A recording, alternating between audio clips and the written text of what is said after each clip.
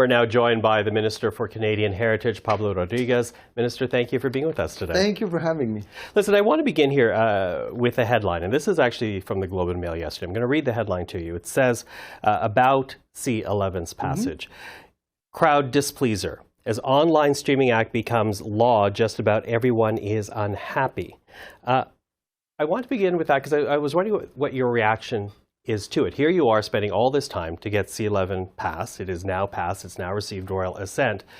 But still more suspicion than praise for the law. What's your reaction to that? Well, that's one paper, one opinion. I disagree with what's said there because, I mean, if you look at the article across the country, there's huge support for this bill because the Broadcasting Act has not been amended since 1991. Many governments tried it before, but never since 1991.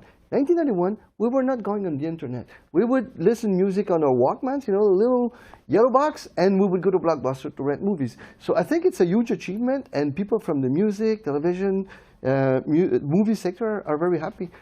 And that's true. Like we are hearing praise from more traditional media, like TV, like film, like screenwriters. But when you talk about new media, like TikTok and YouTube, they're not happy about this, nor are their content generators. What do you say to that criticism? Well, this bill is very simple. Sometimes you see things that are not there. The bill is asking two things, right, to the streamers. It's asking Disney, Netflix, and those streamers that we love, you know, the Prime and others, to contribute to Canadian culture. That's the first thing. The second thing, we're asking them to showcase more of who we are, what we are, our stories are. A little bit more about music, maybe on Spotify. A little bit more of our television and movies on the other streamers. That's it. That's all we're asking.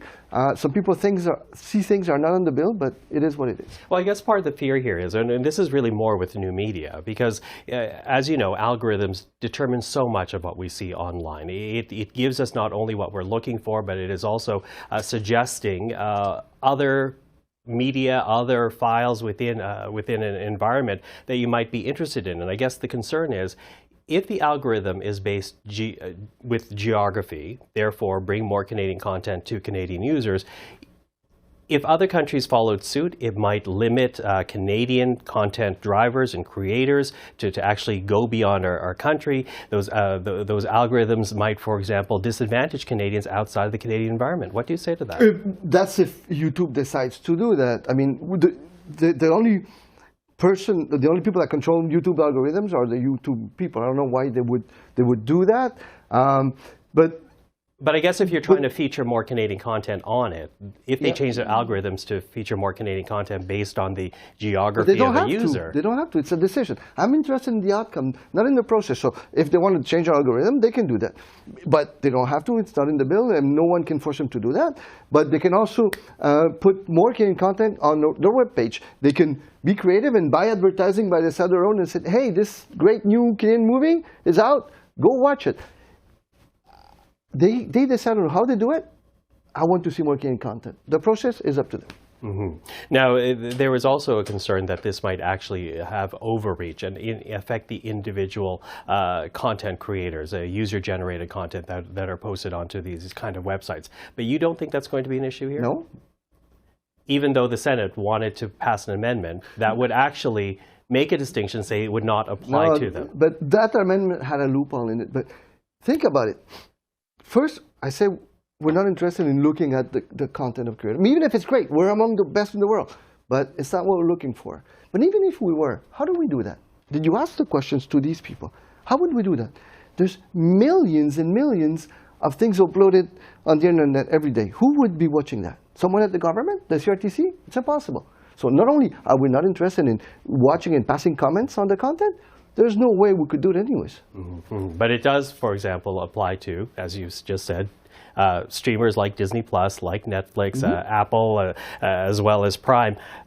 Are you willing to expand the definition of what qualifies as Canadian content in order to satisfy the intent of this law? The next step, now that the bill became law, is for me to draft a policy directive to the CRTC, and in that directive, I will ask the CRTC to look at the actual definition of Canadian content and to modernize it.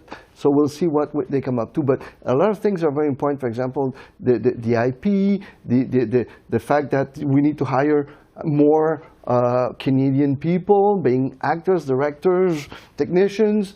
We want to help our industry, and this is what this bill is doing. Mm-hmm. Now, at the end of the day, when you say that your hope is, or when you write that directive to the CRTC, that modernizing Canadian content and those regulations will be a part of it. So what are you looking for? What is your hope as you consider that document that you send over to the CRTC?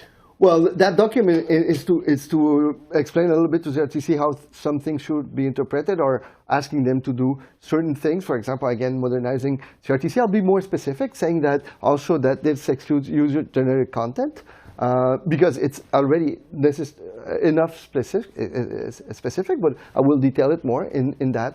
Should reassure some people, those that need to be assured, and things like that. So once I draft my policy, my directive, then I will be consulting Canadians. Then I'll send the final version to the CRTC, who will produce draft the regulations. Now, as you said, the intent of this is to have more Canadian production, more Canadian eyeballs on Canadian production. Have you put a dollar figure on it for this new law? How much new production are we looking at? What type of cultural gain will this country have? Well, there's different ways to contribute. This is what we'll be exploring. I wanted this to be flexible. Why? Because the streamers don't have the same business model, right? So Disney doesn't have the same business model, and Netflix, and et cetera, et cetera. So in some cases, a company could decide to say, you know what, I'm going to hire more people, more Canadian people, invest more in Canada, have more productions. In other cases, a company could say, you know what, no, I prefer put some money in the fund. So the important thing is to be flexible enough so that all of them contribute. And you know what? They will contribute, because the same way at the beginning, people, Netflix and Disney and others were saying, oh, you know what? If we can avoid this. But now I think they understand that this is where we're going. There was absolutely no law to regulate the whole industry. Doesn't make any sense. No, this will regulate them, and in a very reasonable way.